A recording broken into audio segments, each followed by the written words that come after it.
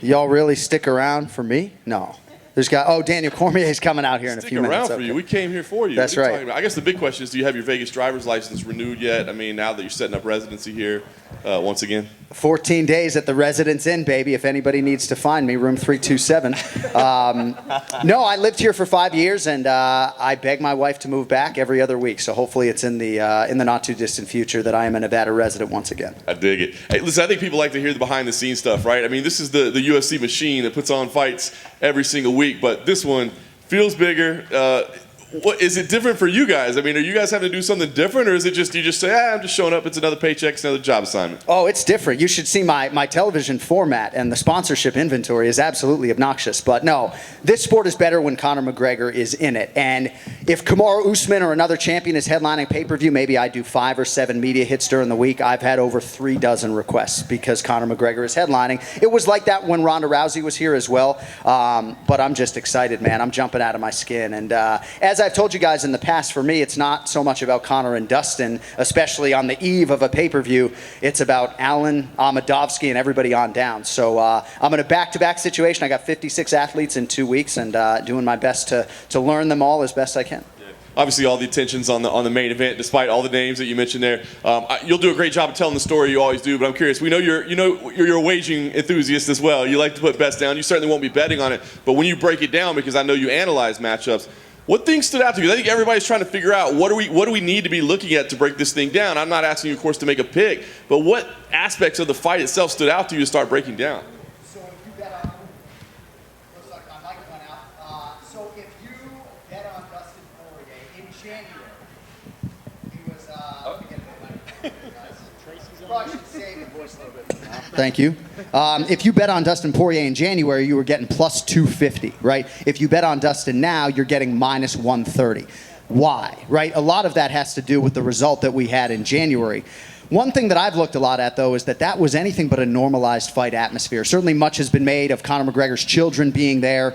But Fight Island and that W Hotel, you guys can attest, it's just an intoxicating, weird fight atmosphere. You know, we had a quick result in Chandler Hooker, a little bit of an abbreviated warm-up. The next thing you know, Conor and Dustin are in the cage. Now you got 20,000 plus at T-Mobile Arena. I just think it stands to reason that both athletes could benefit from being back in front of a crowd. But big picture for me, I think Dustin's biggest advantage is just the lack of gaps in developmental time over the last 10 years. He has been at this craft without break for 15, 20 years, and that's why he has 11 UFC lightweight wins to his credit. So I think Conor's going to have to fight a great fight, but he did win round 1 in January, and I think a lot of people looking at him at plus money are going to find that to be pretty juicy.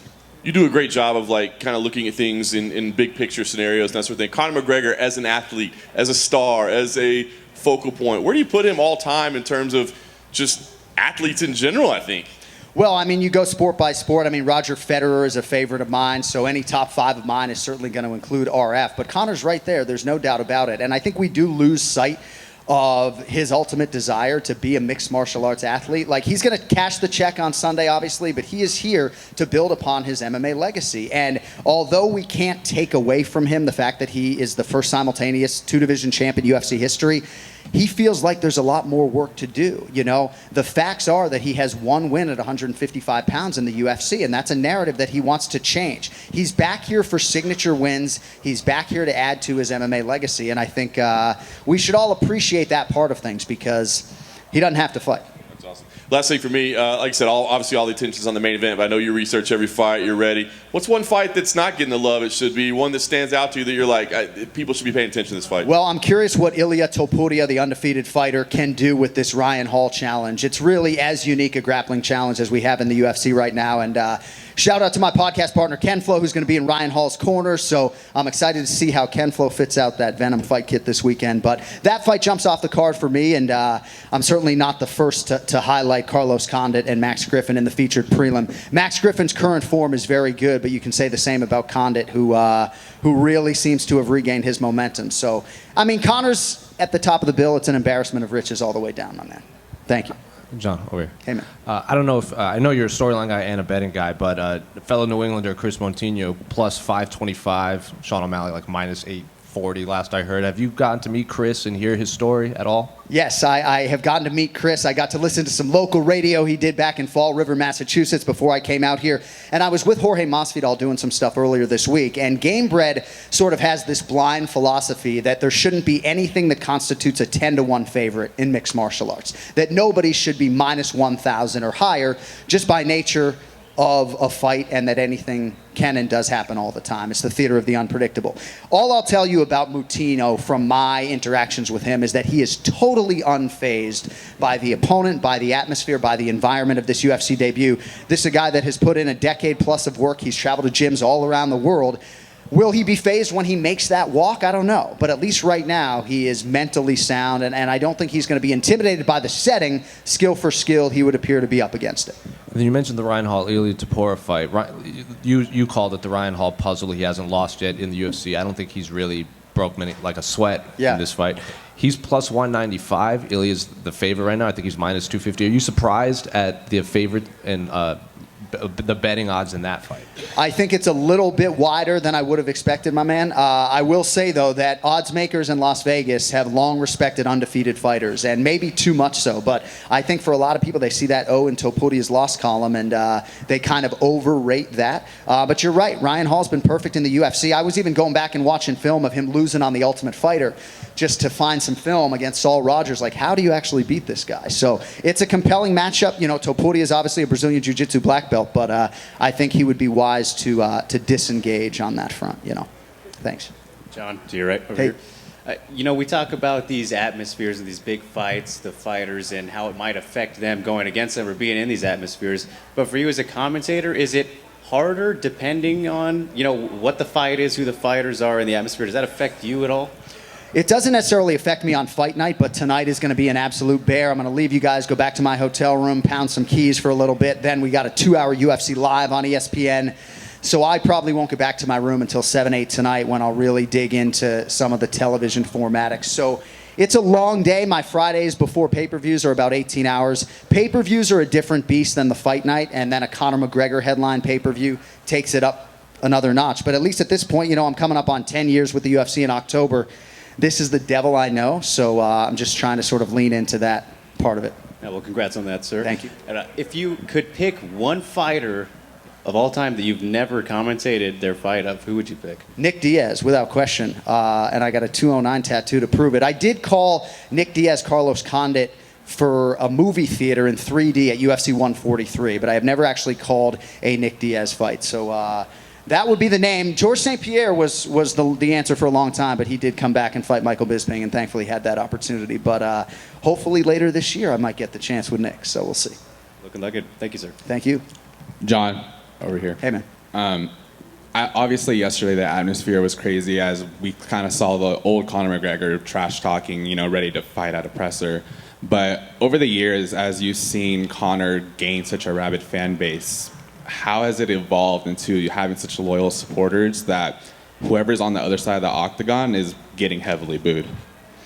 Yeah, right. Even here in the United States of America, I do think some of the Americans will try to be heard on Saturday night, but best of luck competing with the Irish men and women that have traveled far and wide to be here for Conor McGregor. I really feel like the backdrop for the trash talk this week had everything to do with that $500,000 donation and the fact that, however, impatiently, in Conor's words, Dustin came out and sort of took issue with a little bit of a delay with that payment. That was the foundation for this animosity this week. I'm not saying that Conor was going to be as subdued as he was on Fight Island, but that was the impetus for the back and forth this week. And I've learned to sort of accept and support every athlete in whatever condition, but I do like this version of Conor. You know, not necessarily putting everybody over with praise and just sort of being the fighter and having that chip on his shoulder. And how exactly does that chip elevate the atmosphere that's going to be in the arena? Well, I think it elevated the press conference, and people obviously get excited when there's heat on a fight. Certainly for us as commentators, we'd rather have a little bit of heat on a fight than it to be a love fest and these guys hugging before the third round and there's still time on the clock. So I think it has an impact, but man, I mean, the T-Mobile Arena is going to be rabid, dude. I mean, like, I don't know that it really matters. Like, when we were in Jacksonville in April, yeah, we had 3 title fights. It wouldn't have mattered. I just think fans are jonesing to be back in the building, and I think this is this is a special live event that you all are going to be in the building for, and as sought after a UFC ticket in my mind as any in recent memory. So, Thank you, man. thank you. Hey, John, over here on your right. Hey. First off, do you think Rogers played his last Wimbledon this week? I hope not, but I think it looks that way. We'll see. I don't know. I think he got to have at least one more in a good Olympic run, in my opinion, don't you think? Let's hope so. Talking about the fights, for yourself, you know, you're going to do your job, you're going to commentate everything, someone's going to get their hand raised. Do you now go on to celebrate since, you know, this kind of event is kind of the Super Bowl weekend for UFC, or do you just, after everything, you're just ready to, you know, hit the hay? So for this event, I will celebrate. My twin brother's coming out tonight, so I'm very excited about that. So I'll have about 24 hours where I'll do some things recreationally, and then I will return to form because I'm actually out here for the Makhachev-Moises fight next Saturday. So, but like even today, right, there will be a few voiceovers that get done for that July 17th show. We're turning and burning, baby, 41 times a year. So yes, I will decompress for about 24 hours and then begin my Fight Night Fighter cards on Tuesday morning. How good does it feel to have turned 30 years old recently? 43. Sorry for cussing, Koss, but I'm closer to 50 than 30, which is not ideal. It is what it is, though, right? I mean, it's the one thing we all can't really control. So. You're making it look good, John. Thanks. Congrats. Thank you. John, over here on your right. Hey, man. So back in April, you said that of all the fights that you wanted to see happen in 2021, Colby Covington versus Khamzat Chimaev was at the top of that list. But today we found out that Khamzat will face Li Jing Leon in October. What's your reaction to that? I think it's a good test at this point in time. You know, the Leech has been a perennial welterweight contender type for the last couple years, and I think it's a good challenge for Khamzat Chimaev. My question for Khamzat is, how long can he sustain at welterweight? I think he's a middleweight in terms of a championship trajectory. I just think he's a big guy, and it's going to be hard for him to consistently make that weight. But I think this is what you want to see. When I was salivating at the possibility of Chimaev fighting Leon Edwards or Colby Covington, ultimately what we all want to see is him ascend and take on challenges that are legitimate. And I think this is a perfect matchup for this stage of his career. And obviously tomorrow night is a massive fight. In your opinion, where does that rank amongst other high-profile fights in recent memory? And how many pay-per-view buys do you think it does? God, it's hard for me without any internal metrics. I mean, I certainly think we're going to do 7 figures. You know, I don't know that any live event for me is going to top Khabib Nurmagomedov and Conor McGregor just because of the preamble and then the brawl that ensued after the fact. You know, that's always the point of comparison for me. But I don't know, man. Recency bias aside, this one feels as big as any as I have called in my career for sure. Cool. Thanks, John. Thank you. Hey, John. Hi. I was curious, you mentioned the Jacksonville fight way back when, and now we have the fans back, right? So as a commentator, someone that does play-by-play, what have you noticed in contrast during the time that there weren't fans, what you were able to notice about the fight game and nuances that you couldn't recognize? You know, I know a lot of people appreciated the natural sound you were getting from the cornerman when we wouldn't even go into a coach's cam because there were no fans, but the fans are the lifeblood of our sport. Honestly, I don't know how we called fights without a crowd as long as we did, because it really helps us, right? Even just to be able to cap a title fight and then to lay out for 10 seconds and then let the crowd do the work for us. So I do not look forward to going back into an environment in which we don't have fans. I know that's going to be my reality next Saturday night, but I'm not overstating it. I mean, for us, it's just a huge enhancer to everything we're doing on Fight Night. I'll never forget walking into that arena in Jacksonville for the first time and just so thankful to see all of those fine people. Another one, just always wondered this, always been curious. How much time do you spend and devote to actually learning the pronunciation of everybody's name? As a lot of the fans out there call you the pronunciation police. Well, you know, I appreciate that distinction, but it's really just that I think I practice more than most, right? Like if I'm doing a voiceover and I can't pronounce the name, I'll stop the voiceover, I'll say it 50 or 65 times, and then it's committed to memory. My goal is so I can show up on Saturday night with no phonetics, right? Right now I got a couple, like Hu Yao Song. I'm trying not to call him Hugh, right? So Hu Yao Song, I got phonetics right now, but I'm hoping by tomorrow night I won't need the phonetics. But I just think practice makes perfect, baby. I know Allen Iverson doesn't want to hear it, but you got to practice. Thank you. Thank you. John, obviously the UFC has a lot more stars than Conor, but if he loses, how will that affect trying to get more mainstream fans into get involved? Well, this might sound like an answer from a guy who's check is cut by the promotion, but the pandemic was really huge for our sport and our fan base. You know, I've just noticed a seismic difference in our fan base because we were live when a lot of sports weren't. So I don't know that mixed martial arts and the UFC has ever been in a better place domestically than we are now. You know, we've supplanted the NHL into that big four with baseball and basketball and football.